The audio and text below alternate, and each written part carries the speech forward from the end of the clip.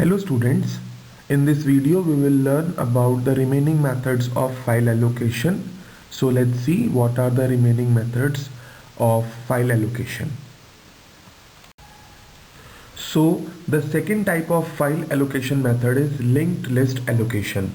In this scheme, each file is a linked list of disk blocks which need not to be contiguous. The disk blocks can be scattered anywhere on the disk, and the directory entry contains a pointer to the starting and the ending file block. Each block contains a pointer to the next block occupied by the file. So let's take an example of linked list allocation. There is a file which name is Jeep. In the following image shows how the blocks are randomly distributed, and the last block 25 contains -1, which indicating a null pointer and does not point to any other block.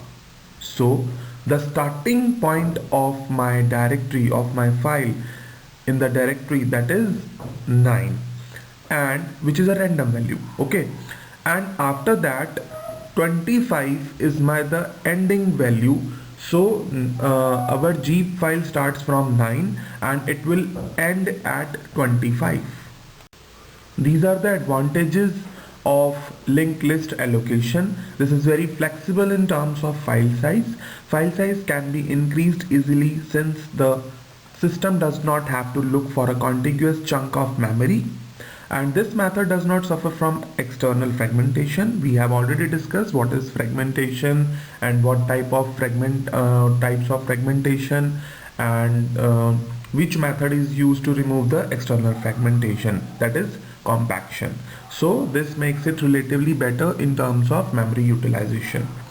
After that, there are the disadvantages, like because the file blocks are distributed randomly on the disk, as we have saw in the previous slide, a large number of seeks are needed to access every block individually. This makes linked list allocation slower. Okay, then it does not support random or direct access. We cannot directly access the blocks of a file, and a block K of a file can be accessed by traversing. Traversing means visiting K blocks sequentially, which is a sequential access from the starting block of the file via block pointers. Last point is pointers required in the linked allocation incur some extra overhead. Okay. This is the last method, which is indexed allocation. In this method, a special block known as the index block contains the pointers to all the blocks occupied by a file. Each file has its own index block, and the ith entry in the index block contains the disk address of the ith file block. The directory entry contains the address of the index block as shown in the image.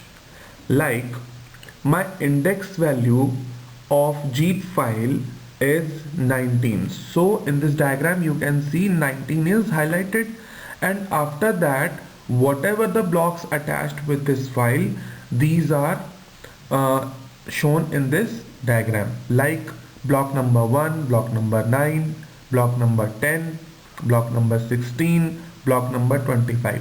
So all these blocks are the parts of my 19th block, and this is the index block value of my Jeep file. These are the advantages of indexed allocation. This supports direct access to the blocks occupied by the file and therefore provides fast access to the file blocks. It overcomes the problem of external fragmentation. So you can see this will solve out the problem of external fragmentation. And the disadvantages are the pointer overhead for indexed allocation is greater than linked allocation. For very small files, say files that expand only 2-3 blocks, the indexed allocation would keep one entire block, that is my index block, as you can see in the previous slide, that is 19. For the pointers, which is inefficient in terms of memory utilization, however, in linked allocation we lose the space of only one pointer per block. Okay. So at the end, for files that are very large, single index blocks may not be able to hold all the pointers, and following are the mechanism that can be used to resolve this. Number one is linked scheme. In this scheme, links two or more links index blocks together for holding the pointers. Every index block would then contain a pointer or the address to the next index block. Second one is multi-level index. In this policy, or we can say that in this method, a first level index block is used to point to the second level index blocks, which in turn points to the disk blocks occupied by the file.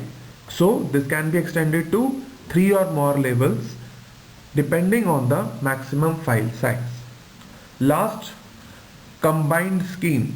So in this scheme, as the name is already explaining, a special block called the inode, which is known as information node, contains all the information about the file such as the name, size, authority, etc. And the remaining space of inode is used to store the disk block addresses, which contain the actual file as shown in the image.